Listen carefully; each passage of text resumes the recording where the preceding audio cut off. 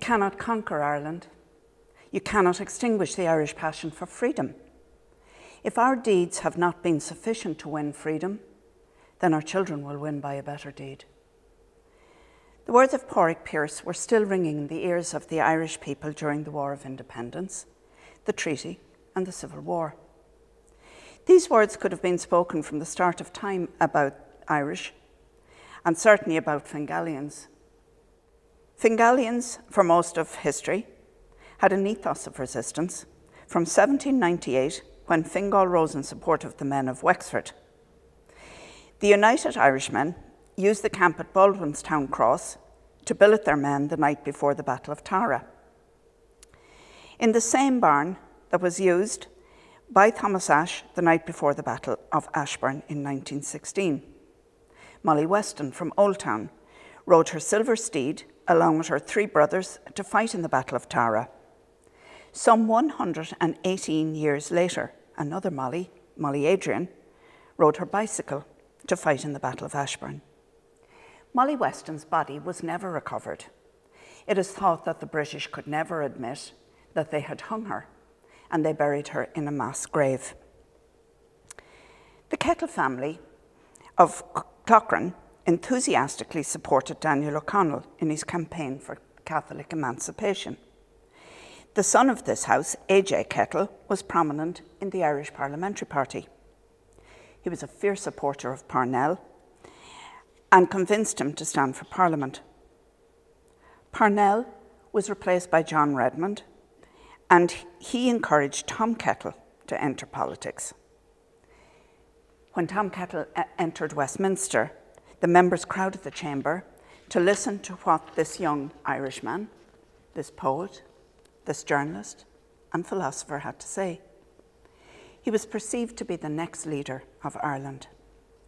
Frank Lawless of Saucerstown, and who was a butcher in Swords, was a supporter of A.J. Kettle. But in 1905, he was on a platform outside Swords Castle with Arthur Griffith, who had just founded Sinn Féin. To look at Fingal during the period of 1920 to 1922, we must look back briefly at the previous 6 years. The period 1914 to 1923 saw catastrophic upheaval for Ireland's citizens, with violent political and military events. 1914, the Great War, during which over 40,000 Irishmen fought and died. These were sons, husbands, brothers, and many had enlisted to earn money to feed families who otherwise would have been destitute. The Rising of 1916, although unsuccessful, would have a huge impact on the years that would follow. The Spanish flu arrived in Ireland in May and June of 1918. Approximately 20,000 people died, with 800,000 cases on the island. There were hundreds under medical care with little or nothing to treat them. There was no official lockdown, but many businesses closed due to the illness of their workers. Wealthier people stayed indoors, paying the less well-off to do their messages. When the war ended in November, parents didn't allow their young people to go out to celebrate. However, there was a large spike in cases 1 week later. How well we understand this now. 1918 also saw a general election in December. During the campaign, the Sinn Féin candidates promised that if they were elected, they would not take their seats at Westminster, but would constitute themselves as Dáil Éireann, the Parliament of an independent Irish Republic. In the event, Sinn Féin won 73 seats out of 105. But as 4 candidates stood and were elected for 2 constituencies, the total number of individual Sinn Féin MPs was 69. On the 21st of January in 1919, the first meeting of Dáil Éireann was held in the Mansion House in Dublin. Only 27 of the elected Sinn Féin members could attend. Most of the others had been arrested and imprisoned by the British. Michael Collins and Harry Boland were in England, arranging the escape of Eamon de Valera from Lincoln Jail. There were three items, excuse me. There were three items of business discussed during the 2-hour meeting. 1, a declaration of Irish independence was read in Irish, English and French. 2, a message to the free nations of the world was issued.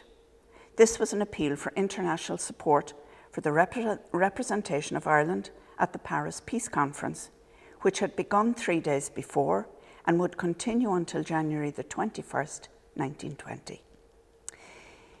The First World War had not officially ended, although the fighting had stopped, and there were several temporary agreements in place. This conference would discuss how to end the war permanently. Ireland hoped that Irish independence from Britain would be discussed and a diplomatic solution could be found. Lloyd George was one of the main players, as was the American President Woodrow Wilson, who wanted a new world order based on justice and rights. Britain, however, refused to even consider the Irish question being on the agenda. Perhaps had it been allowed on the agenda, a solution could have emerged, saving many more years of conflict and death in both Ireland and Britain. The irony of this is that the Allies fought the First World War in defence of the rights of small nations. The third item on the agenda was the ratification of the democratic programme of the Irish Republic. This programme set out the rights and freedoms of the Irish people. The British government did not prevent, disrupt, or declare illegal the first sitting of Dáil Éireann. The death of Thomas Ashe, a teacher in Corduff from heart failure and lung congestion, having been force-fed in September 1917, and the conscription crisis of 1918 had, for many of those who sought the nation's freedom, imbued a new and fierce fervour. On the same day as the first sitting of Dáil Éireann, January the 21st, Republicans, including Dan Breen and Sean Tracy, ambushed a consignment of explosives at a quarry at Sack Beg in County Tipperary. This consignment was escorted by 2 armed RIC men. During the ambush, these 2 men were shot dead. They were James MacDonald, a widowed father of 5 children from County Mayo and a native Irish speaker, and Patrick O'Connell. This act is seen as the first act of the War of Independence. Dan Breen would later say, "We took the action deliberately." Sean Tracy had said to him that the only way to start a war was to kill someone, and we wanted to start a war. Breen would also say that the only regret we had following the ambush was that there were only 2 policemen and not 6, as we had expected. Michael Collins said on hearing of the incident at Sack Beg, "All peaceful means are ended, and we should be taking the only alternative actions in a short while now." In Fingal at this time, many of the surviving members of Ashe's volunteers, upon release from incarceration, were seconded into the IRA headquarters based in Dublin City. James Crenigan of Roganstown moved into a senior position in the Fingal organisation, as did Jack Shields of Ballybohol, Peter White of Richardstown, Michael Rock of Naul, and Walter Brown of Old Town. The War of Independence continued through 1919 and increased in intensity. In early 1920, the depleted RIC were augmented by the men that were known as the auxiliaries, who were former officer class from the British Army, and the infamous Black and Tans, who were recruited as temporary constables of the RIC. They were recruited in Great Britain, most of whom were unemployed former soldiers. Some of them were ex-prisoners. They were brutal in the main and responded to IRA attacks with arbitrary reprisals against civilians, with the burning of homes and farms. Buildings were attacked with gunfire and businesses were looted. They were a hated force, and that hatred for them lived on long after their departure. Elderly people, even today, still remember their parents speaking about their hatred of and fear of them. In Fingal during 1920, there were numerous acts of violence by the Black and Tans and sporadic outbursts, with the IRA taking potshots at the RIC and British troops between Murthas of Balloch and the Five Roads at Hedgestown. The most notorious act of violence in Fingal was the Sack of Balbregan. This took place on the night of the 20th and the 21st of September, when the Black and Tans went on a rampage in Balbregan. Earlier in the evening of the 20th, 2 RIC men left Smith's public house, where they had been drinking, and were shot dead by Michael Rock of Knoll. Shortly before midnight, 3 lorry loads of RIC, auxiliaries and Black and Tans came from Gormanston camp and started burning and looting. 2 civilians, John Gibbons and Seamus Lawless, were killed, and their bodies were left on the street. The hosiery factory of Deeds Templar at Seabanks was burned to the ground. Smith's hosiery factory, which was between Clonard Street and Seabanks, was saved after the intervention of, among others, Dr. Fulham, Constable McGlynn and Constable Sexton, who pleaded with the arsonists. The Sack of Balbregan was reported and condemned widely in Britain and Europe. It highlighted the dreadful position of Ireland, but it had another consequence. It frightened the people of Fingal like never before. There were other horrific events which occurred later that year. In November, Kevin Barry, an 18-year-old medical student, was executed. The events of Bloody Sunday on the 21st of November, when 30 people died and 60 were seriously injured, were to have a significant effect on both sides in the War of Independence. By the end of 1920, the British realised, as did the IRA, that a reassessment of the war and its objectives was necessary. The conflict in the northeast of Ireland was largely sectarian. Up to 500 people were killed, most of them were Catholics. On the 22nd of June, the King opened the Northern Parliament in Northern Ireland. During his speech, he appealed to both sides to show goodwill, and on the 24th of June, Lloyd George had his cabinet agree that they should invite the Prime Minister of Northern Ireland, Mr. James Craig, and Mr. De Valera to talks. Mr. De Valera was invited to attend and bring with him any person he wished. Amongst those that he brought were Southern Unionist Lord Middleton, who, in acting as an intermediary with Lloyd George, secured his agreement to a truce in principle on equal terms.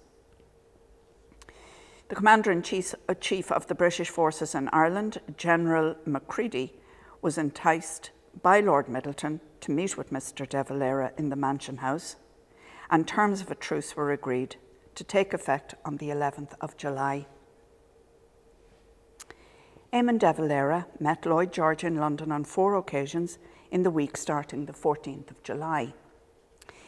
Between the 14th of July and the beginning of October, very little happened as far as the truce was concerned and as far as any negotiations were concerned.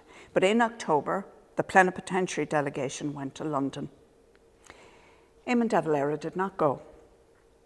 On the 6th of December, the treaty was signed.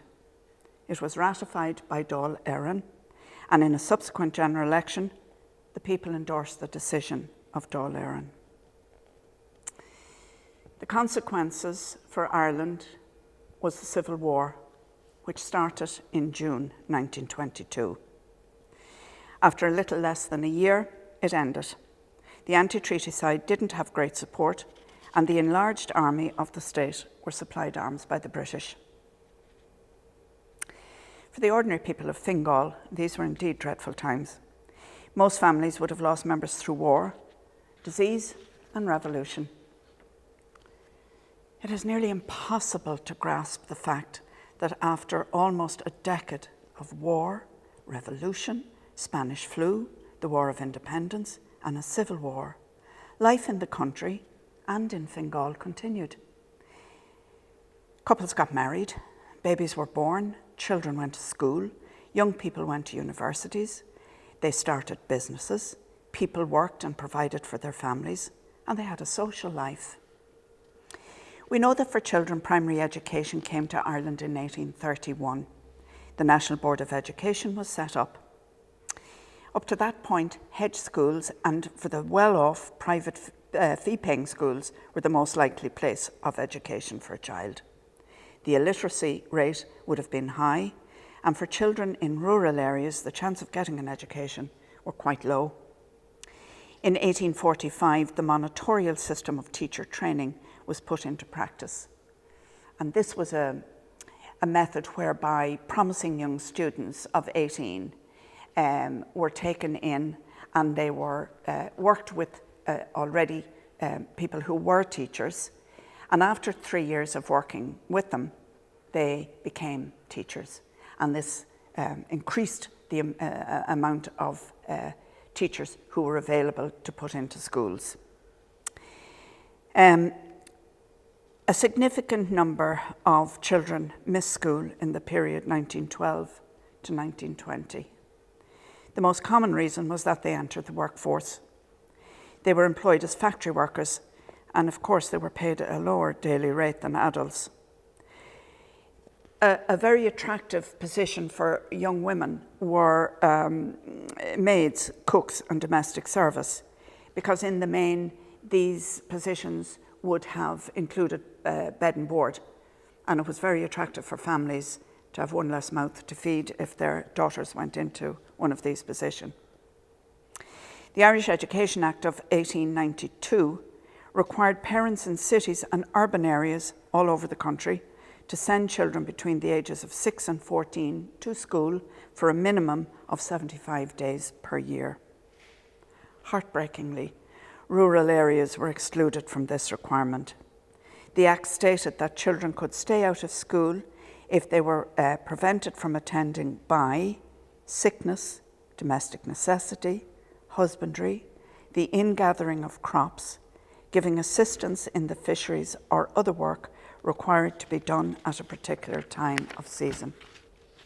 You know, I think we can understand why that provision was there in the Act, but I wonder how many wonderful minds were lost to us because of a lack of education. Second level education was not free, and therefore again it was available to only the wealthy or those in upper middle class families. There were secondary schools in Fingal. There was the Loreto and Balbregan. There were schools nearby, as in Dominican Eccles Street, Castleknock, Belvedere, and the most prominent Protestant girls' school, Alexandra College in Earlsford Terrace. There was also the difficulty of getting children from Fingal into these schools. There were very few cars, and the wealthier children who lived on the coast could get the train if they were wealthy enough to pay the school fees in the first place. Because of religious prohibition, Trinity College, seen as one of the best universities in Europe, was attended mostly by non-Catholic, and many of them from England. The University Act of 1908 created the National University of Ireland, where both Thomas Kettle and Thomas MacDonagh taught. We know that many people in Fingal were engaged in farming, either through ownerships or as farm labourers. There were also herdsmen, blacksmiths, and carpenters. The war from 1914 to 18 saw a doubling of farm produce. As Britain needed a steady supply of good food, the government guaranteed the price of agricultural produce. In 1920, agricultural prices were 3 times higher than in 1913. It is true that the war brought a very large amount of money into the country, but prices had increased greatly. So had wages, but not in line with inflation. So that created a lot of hardship also. There were also large fishing communities where whole families earned their living. And as in Fingal today, there are still families who earn their living through fishing, and whole families who earn their living through fishing. Communities like Balbregan, Skerries, Lochshinny and Howth, and to a lesser extent Rush. In the towns like Balbregan, Swords, Skerries and Malahide, there were jobs as dressmakers, butchers, butcher's assistants, shop assistants, and in Balbregan, the hosiery industry gave huge employment. There were hosiery embroiderers, bookkeepers, factory operatives, and clerks. During the Sack of Balbregan, when the premises of Deeds Templar was destroyed by fire, 109 people lost their jobs, and we can only imagine the effect that 109 people in those days in a town like Balbregan, the effect must have been horrendous. The Smith Hosiery Factory employed many of those left unemployed after the Sack of Balbregan. Dublin City and County was not as progressive as other cities in Britain. We know that in 1914, the mortality rate in Dublin was 23.1%, as compared to 18% in Belfast and 14% in London. By 1918, 50,000 needed homes, and this figure was even worse in 1922. But electrification was well underway. There were big stores in Dublin City. Arnott's, Brown Thomas and Switzer's were present since the 1860s, and these were enlarged and refurbished. There were soccer matches in Dalymount and Shelbourne Parks. There were theatres, the Abbey and the Olympia, and cinemas. The owner of one cinema in Phibsborough used to go to O'Connell Street whenever there was any action going on, and he would take a film, and then he would come back to the cinema in the evening and show the film. So the locals used to follow him down to O'Connell Street to be in the movies. They would be there when he was doing his film, and then they would come back and again go to the cinema that evening and watch themselves. As somebody said to me recently, was that the original selfie? There were restaurants, and the most famous restaurant in Dublin would have been Jamais, which originally opened in Andrew Street, then moved to Nassau Street, and remained open until 1967.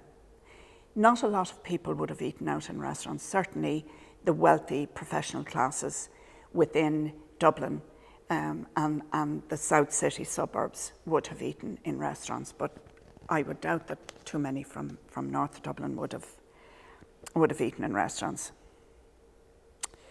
I am very happy that both my children and my 5 grandchildren were born Fingalians. I am blessed to live in Fingal, and I'm very happy to study her history. Thank you.